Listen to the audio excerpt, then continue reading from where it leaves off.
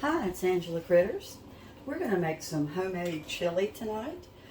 It's a little cool this morning, and my husband and I have been talking about how we wish that we'd had some chili. And I was thinking, isn't it funny how you think you have to wait for cold weather to eat chili or soup when every night of the week you eat something hot usually, whether it's spaghetti or meatloaf, whatever you have. So I'm always surprised when I run into somebody along the line that has never heard of chili. It's with beans. That a lot of people just eat chili that they put on top of a hot dog or on top of their hamburger or whatever, and it looks like ground up paste almost. The meat has really cooked down. So down south in my part of the country and out in Texas and probably quite a few of you others, you have chili that's made with lots of beans. So I'm showing you what I've got, and I'm making a quick kind of everything but the kitchen sink chili because we like a variety. So we've got dark red kidney beans. I've got a can of diced tomatoes with green chilies. I have a tomato paste. Look at your date. The first one I picked up out of the pantry was a year out. That's not something I use often. A can of black beans. Another kidney bean. I'm making a large pot. And a thing of pinto beans. I have company coming in a couple weeks, and I'm going to freeze half of this. Now, since we don't eat red meat, we're using Beyond Meat, but you would substitute your ground turkey. You can do part ground sausage with lean ground meat. You can do tofu, jackfruit, plain, whatever you want to do. But this part, you just make your own. And you know how I am. I make whatever I have on hand.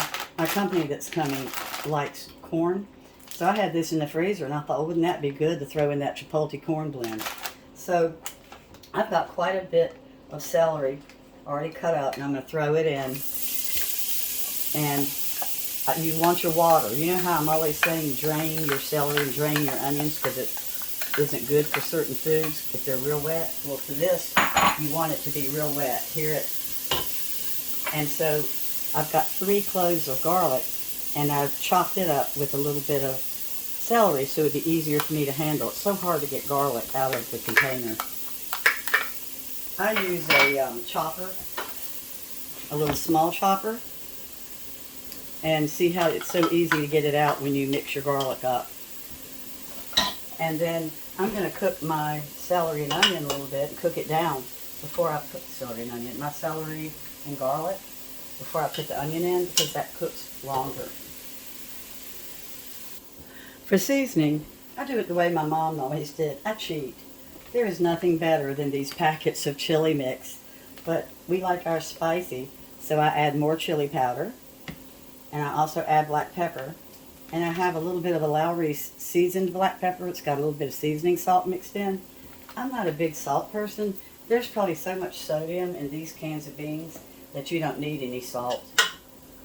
And salt's something that you can always add. You can't ever take salt away. And you don't know people's dietary restrictions when you're cooking for someone other than yourself. I use a smooth olive oil. You can use avocado oil, whatever kind of oil you like. So I'm adding more oil to my celery because I'm going to throw in 2 good-sized onions. This is going to cook for a long time. All this good flavor is going to cook down. Everybody kind of makes chili their own. Otherwise, there wouldn't be the thousands of chili contests going on around the country every year. Thousands, or probably a million. So I'm going to turn this up just a little bit. This is like a Dutch oven. When I put my lid on, it's going to firmly seal. So the chili's going to have time to really let all the flavors marry together. So I'm going to let my onion cook till it's clear. At this stage, when it's just for my husband and myself, I usually add some bell pepper. But when you're cooking for somebody else, a lot of times you don't know if they like it. But there's a little bit of poblano pepper and red bell pepper that's in this chipotle corn blend. And I'm so excited I decided to use it. There was actually like a seasoning that was on the inside of it that I was able to scrape off. So I think it's going to give the chili a really good flavor. And my onion is ready. It's cooked. So now I'm putting in my meat. And this being Beyond Meat, I now switch from olive oil to using some pure butter because that's how you get the best flavor of your Beyond Meat. is with pure butter, not olive oil. All right, my butter's melted, and I'm throwing in my meat. And just like with anything that you're cooking, if you're using real meat, you're going to go ahead and drain your meat before you add your cans of vegetables. So I'm going to turn this down, and I'm going to let my meat cook. And I'm going to go ahead and start seasoning my meat with some of this great seasoning I've got going on here. I'm going to use some of this celery seasoned salt with the black pepper.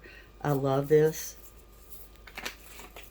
Since I'm not really a salt person, I don't know, there's something about it. It's got a real good flavor. And then I'm going to throw in a little bit of chili powder, not much.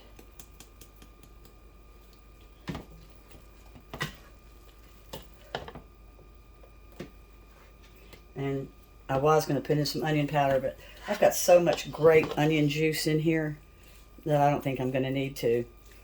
So this is going to turn down. Beyond Meat takes a little bit longer to cook. So it's going to take me probably about 12 minutes for this to get browned. If you're using regular beef, your meat's not going to have to cook this long. There's a lot of water in Beyond Meat, and I'm having to kind of cook that water down. And if I was using a larger skillet, this would cook much quicker.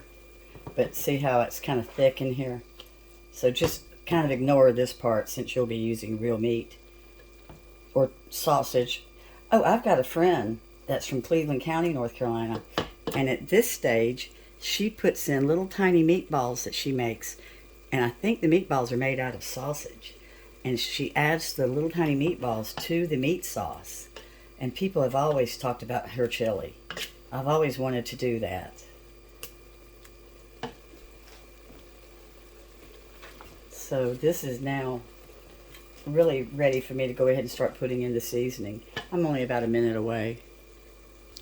I'm going to go ahead and add a little bit of salt. Since this is Beyond Meat, it kind of needs more flavor. I've got a little bit of pink Himalayan salt. Going to go ahead and put in my Tex-Mex McCormick chili. You can buy a 39-cent pack of chili mix at Aldi, or you can read the ingredients on the back and add all of your own fresh ingredients. There is a recipe I've been dying to make where you make your own chili powder. I'd like to make that and have some mixed up for the winter. I don't really like processed foods, but this chili is really the only thing that I buy powdered. And also low sodium gravy for my husband. Okay, so now my spices are in, and I'm going to throw in a beer. Whoa! They're going to half the beer all over the stove. That was funny. I've got one beer.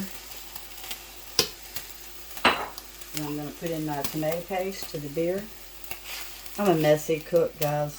If you follow my channel, you're very well aware of that. It doesn't mean the food doesn't taste great. Okay, so now I've got my tomato paste. I'm keeping all my juices from my cans, so I kind of need this tomato paste. It's going to bring everything together. And I'm going to let my tomato paste and my beer kind of cook a little bit and make a sauce that I'm then going to add everything to. I wish that I had saved a little bit of my beer. I should have saved some. When it blew up on me, I forgot. I should have put beer in here, and I could have gotten the rest of this good paste out. I hate to let anything go to waste, especially since I'm making such a big pot of chili, and I had to throw away my other can of tomato paste. I'm going to put in my diced tomatoes that I've got the green chilies in. I'm going to put in just a dash of cayenne. Since I'm going to be freezing this for some friends, I'm not real sure how spicy they like their chili. Ooh, ha ha ha ha. Let's hope they like it spicy. Hold on. Okay, if you put too much cayenne or any kind of spice in, get a paper towel wet and start dabbing the spice, and you get the spice off onto your wet paper towel. So the cayenne pepper and the tomatoes are going to cook down a little bit more to make my chili meat really flavored.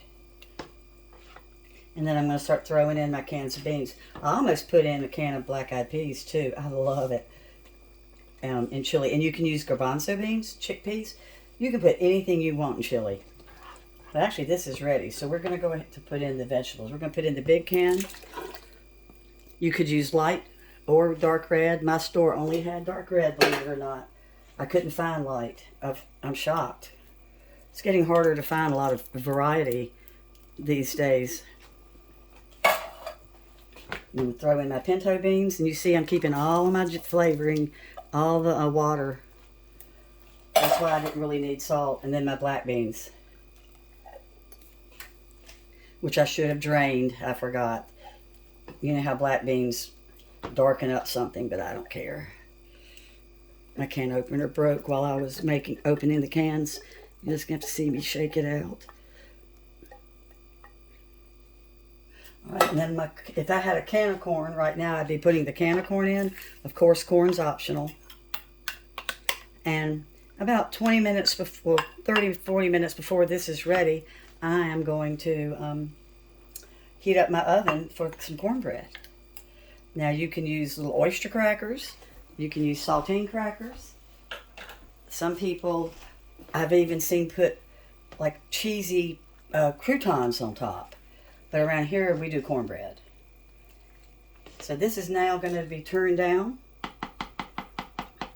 And I'm going to stir it every now and then. But I'm going to leave it for a few hours and walk away and clean up the spilled beer. I was talking to a friend yesterday out in Colorado that told me that she puts salsa in hers. This is the original recipe. I made this a little too spicy with that cayenne pepper. I didn't get as much out as I should have. So I'm going to add a little bit of salsa because I think a little bit more tomato will maybe take out some of that cayenne. So I'm going to turn it back down. Ever since in fact, she's the reason I made the chili, actually. She was talking about chili yesterday. And my husband and I had just talked about it too, so I had to have some.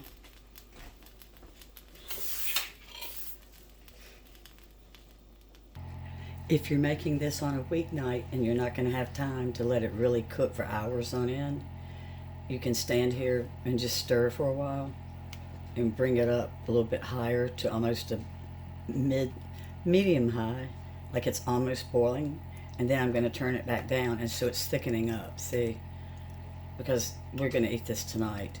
Now I'm going to go ahead and cook it more after I serve it for dinner. I'm going to let it keep on cooking, but it'll be fine to eat.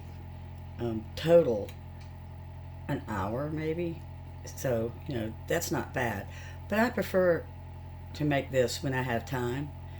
But working people don't always have the time, and they want to have something good and hot. I'm preheating the oven for my cornbread. My pan is in there, and my other pan's getting ready to go in.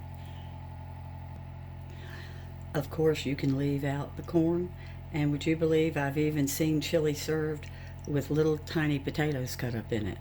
So you could research chili and kind of make it your own special thing. Most people really do like it. Mine's a little bit hot for most people. All right, my cornbread's going in. About 10 minutes before it was ready, I threw in a little bit of baking soda. If somebody's bothered by gas, gas away. It's gone. And I'm ready to serve. I'm going to add a little tiny bit of white cheddar cheese. We particularly like cheese on our chili. A lot of people don't. But I think it gives it a little something. So I hope you enjoy it, and we're going to crumble up some cornbread muffins. Thanks so much for watching. Bye-bye.